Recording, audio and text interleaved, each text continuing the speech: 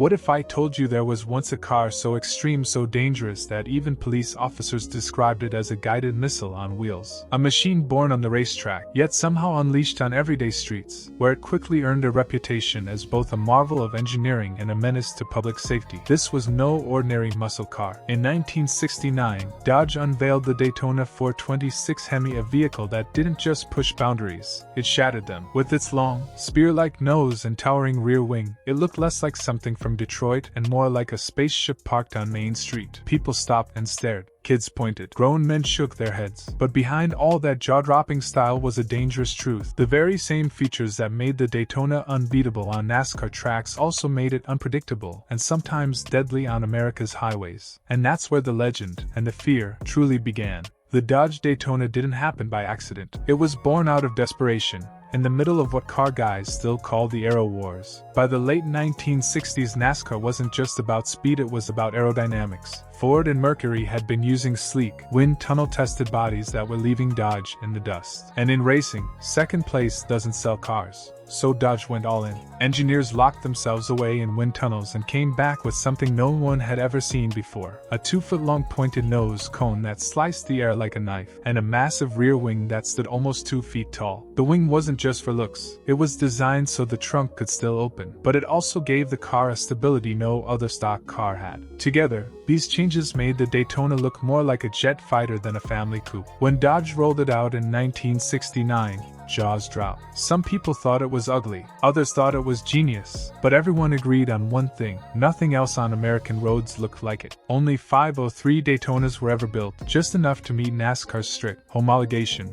rules, meaning Dodge had to sell them to the public if they wanted to race them. Most Americans had never seen anything like it before, and suddenly, what was meant to dominate racetracks was now sitting in dealership showrooms, waiting for anyone brave enough to sign on the dotted line. Of course, the Daytona's wild looks were only half the story. Under that long steel nose sat Chrysler's crown jewel, the 426 Hemi V8. Enthusiasts called it the elephant motor for good reason: massive, heavy, and brutally powerful. On paper, Dodge rated it at 425 horsepower, but anyone who knew their way around a wrench could coax far more out of it with just a few tweaks. On the racetrack, that engine turned the Daytona into a weapon. In March of 1970, at Talladega, a Daytona became the first stock car in history to officially break 200 miles per hour. That was a number nobody thought possible in a factory-backed machine. Drivers like Buddy Baker and Bobby Isaac pushed the car to speeds that seemed almost unthinkable at the time. And suddenly, Dodge wasn't just back in the game, they were rewriting the rulebook. To NASCAR fans, the Daytona represented the height of Mopar engineering. It was proof that Dodge could take on Ford, Mercury, and anyone else who thought they had the upper hand. On the track, it was nearly unstoppable. But out on America's highways, that was a very different story. What worked so perfectly on the racetrack turned into a nightmare on everyday roads. That pointed nose cone, designed to slice through the air at nearly 200 miles per hour, added almost 2 feet to the car's length. From the driver's seat, it felt like you were aiming a spear down the highway, never quite sure where the car actually ended. Parking lots, city streets, even pulling into a driveway, all of it became a challenge. The blind spots were enormous. At low speeds, the Daytona felt clumsy and awkward, but at high speeds, it became something far more dangerous, a missile with wheels. The giant rear wing, which gave NASCAR drivers stability on steep bank turns, didn't do much for everyday commuters. On the street, it was just an invitation. Young men, many barely out of high school, would climb behind the wheel and imagine themselves as the next Bobby Isaac or Buddy Baker. The problem was simple: the Daytona was never built for them. With primitive brakes, heavy steering, and suspension borrowed from Chrysler's regular B-body lineup, the car was completely out of its depth when things went wrong. And at the speeds the Daytona encouraged, things went wrong in a hurry.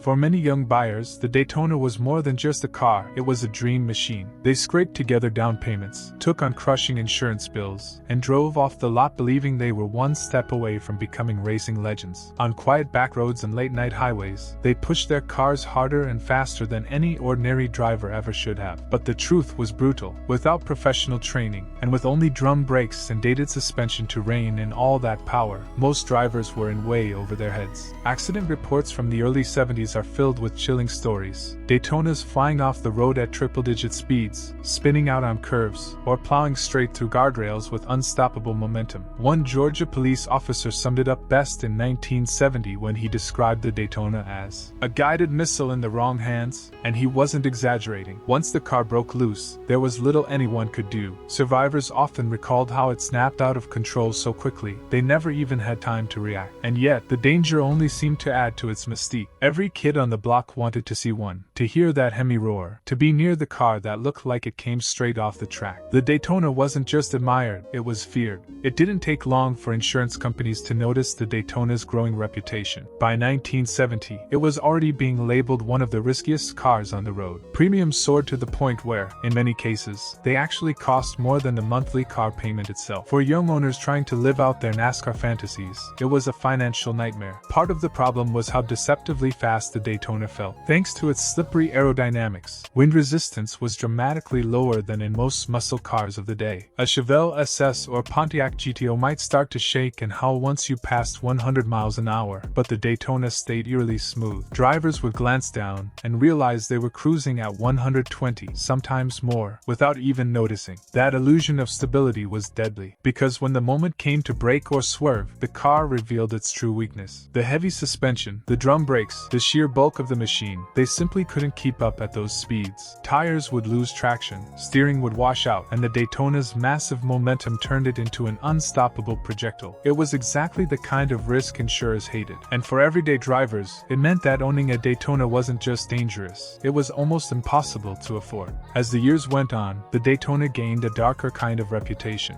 For every jaw-dropping sighting on Main Street, there were stories whispered about the ones that didn't make it home. Many were totaled in high-speed crashes, their rare parts so difficult to replace that the wrecks were simply written off and forgotten. Those who lived to tell the tale often spoke of how quickly the car could turn on them. One moment it felt steady, almost calm at 120 miles an hour. The next, it would snap out of control with terrifying speed, leaving the driver a helpless passenger. The survivors described it the same way: sudden, violent, and unforgettable. Because Dodge only built 503 Daytonas to begin with, every wreck made the survivors even rarer. By the late 1970s, it was already becoming a collector's item, though at the time most people still saw it as a dangerous oddball rather than a future classic. The few that remained in good condition became prized by Mopar enthusiasts who recognized they were looking at something far more than just another muscle car. The Daytona was never common, but its stories spread far beyond the number built. On small-town highways, at gas stations, or at late-night diner booths, people remembered the kids who bought more car than they could handle, and the consequences that often followed. Today, the Dodge Daytona stands as one of the most sought-after muscle cars in history. Survivors that once sat forgotten in barns or backyards now command prices well into the millions at auctions. Collectors don't just see a car, they see a piece of racing history, a symbol of a time when Detroit was willing to gamble everything for speed and glory. But for those who remember the Daytona when it was new, the memories are more complicated. They recall the awe it inspired, the crowds it drew, and the kids who couldn't resist showing off its power. They also remember the wrecks, the headlines, and the quiet funerals that followed. To them, the Daytona is not just a collector's item, but a reminder of how fine the line was between triumph and tragedy. In the end, the 1969 Dodge Daytona 426 Hemi remains a paradox. On the racetrack, it broke records and changed the sport forever. On the street, it became one of the most dangerous cars ever sold to the public. It was a machine that demanded respect and punished anyone who failed to give it. What if I told you that's exactly what makes it unforgettable? The 1969 Dodge Daytona 426 Hemi was never meant to be ordinary. It was built to conquer NASCAR, to crush the competition, and to prove that Dodge could out-engineer anyone. On the track, it succeeded. It broke barriers, set records, and left its mark on racing history forever. But on the street, it told a different story. It was too fast, too heavy, and too unforgiving for the average driver. To some, it was a dream machine. To others, it was a nightmare in sheet metal. That duality is what makes the Daytona unforgettable. It was both a legend and a warning. Today, collectors see it as a treasure, while old-timers remember it as a guided missile that demanded more respect than most drivers could give. It was proof that raw power, without balance, can be as dangerous as it is exciting. The Dodge Daytona Daytona wasn't just a car, it was a moment in history. A moment when Detroit chased speed at all costs, and in doing so, created one of the most feared and admired machines ever to roll off an assembly line. And maybe that's why, all these years later, people still talk about it, not just because it was fast, but because it was unforgettable.